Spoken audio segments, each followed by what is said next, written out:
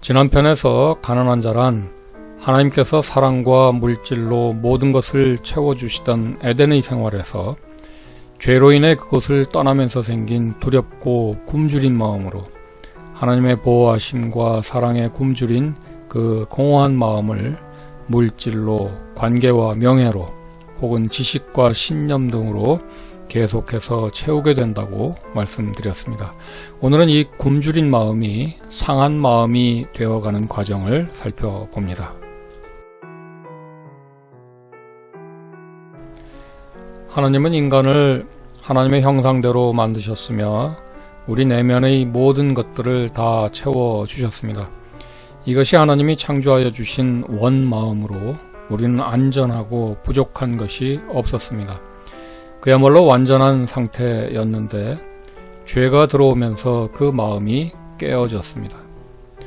우리가 죄를 지음으로써 하나님과 함께 있을 수 없는 관계가 되어 우리가 하나님을 떠날 수밖에 없었던 것입니다. 결과적으로 버림을 받은 것이지요.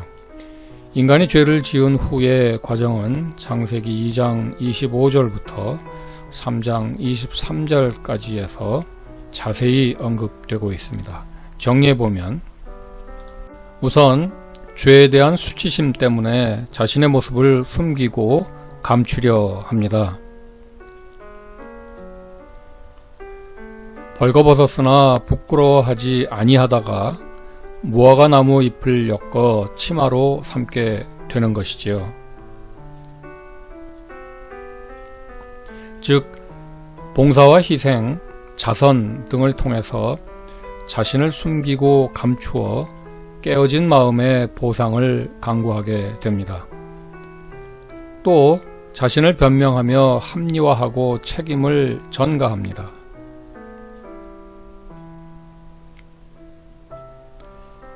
아담은 하와가 주어서 먹었다. 하와는 뱀이 나를 꿰었다. 서로의 탓을 하며 책임을 전가하는 것이지요.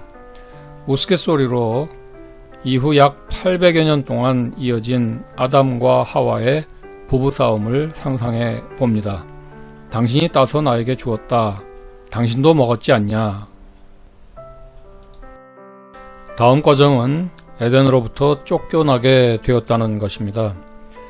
아마 인간으로 가장 고통스러운 일이 버림받는 것이 아닐까 생각됩니다. 성경 속 많은 인물들의 경험을 기억하실 텐데요. 예로 욥이나 또 예수님조차도 나의 하나님 어찌하여 나를 버리셨나이까 크게 소리질렀다고 마태복음 27장에 기록되어 있습니다. 버림받음으로부터 시작되는 우리 마음의 변화 과정도 살펴보지요. 크게 두 가지의 마음인데요. 첫 번째는 버림받으면서 생긴 두려움, 즉 공포와 불안입니다. 이 두려움은 원망으로 이어지고 원망이 쌓여 미움과 분노, 복수심 등으로 변하면서 마음이 상해갑니다. 두 번째는 버림받기 전 에덴의 생활에 대한 그리움입니다. 이 그리움은 결국 자신에 대한 열등감이 되고 이로 인해 불신의 상한 마음이 되어 갑니다.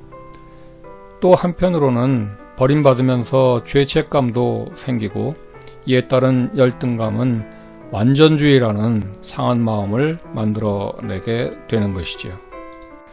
부모와 자녀, 부부 사이, 형제 사이 등 인간의 모든 관계에는 원망과 미움과 분노와 열등감, 불신, 그리고 완전주의 등으로 인해 어쩔 수 없이 서로에게 상처를 주며 살게 됩니다. 이 원죄의 상한 마음으로 인해 우리 모두는 누구나 환자인 것입니다. 지난 편에서 부모와 자녀, 부부 사이, 형제 사이 등 인간의 모든 관계에서는 인간의 원죄적 마음으로 인해 어쩔 수 없이 서로에게 상처를 주며 살게 된다. 따라서 이로 인해 우리 모두가 다 환자다라고 말씀드렸습니다. 오늘은 이 상한 마음으로 인하여 생기는 욕심의 악순환에 대해 살펴봅니다. 상한 마음이 생기면 대부분의 사람들은 마음을 무엇인가로 자꾸 채우려고 합니다.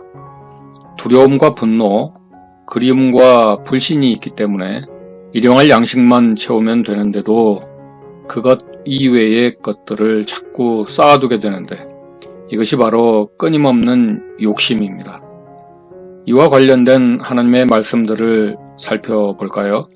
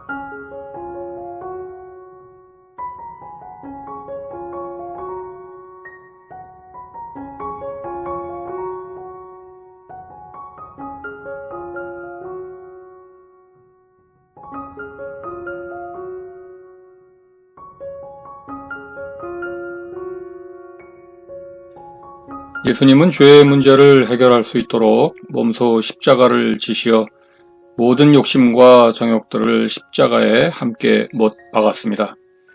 우리는 그 사건을 통해 모두 용서받았습니다. 그런데 문제는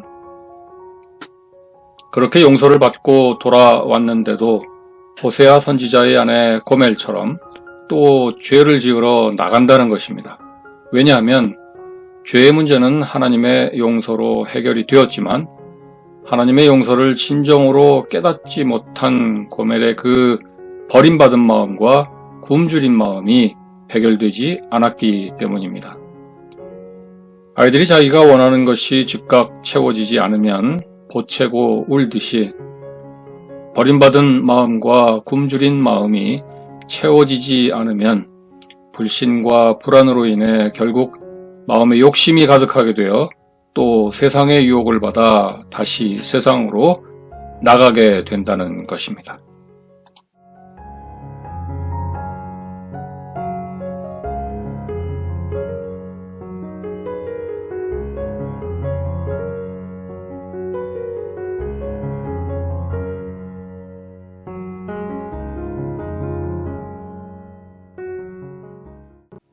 이 고멜의 고백처럼 눈앞에 보이는 내 것을 찾으러 다시 나가게 된다는 것이지요. 그러나 이번에는 하나님이 용서해 주셨음에도 하나님을 버리고 또다시 내 것을 찾으러 세상으로 왔다는 죄의식이 하나 더 붙어서 이중적인 죄책감 속에 더욱 괴로워하게 됩니다.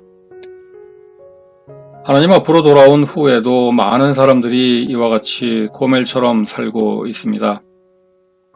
우리 속에 죄 문제는 해결되었지만 죄와 함께 받았던 여러 가지 상한 마음의 치유가 안 되었기 때문에 계속해서 욕심의 악순환을 하고 고멜처럼 왔다 갔다 하는 것이지요. 여러분은 하나님의 용서가 진정으로 깨달아지십니까? 욕심의 악순환을 끊을 수 있는 유일한 방법은 이 버림받은 마음과 굶주린 마음을 하나님의 것으로 채우는 길 뿐입니다.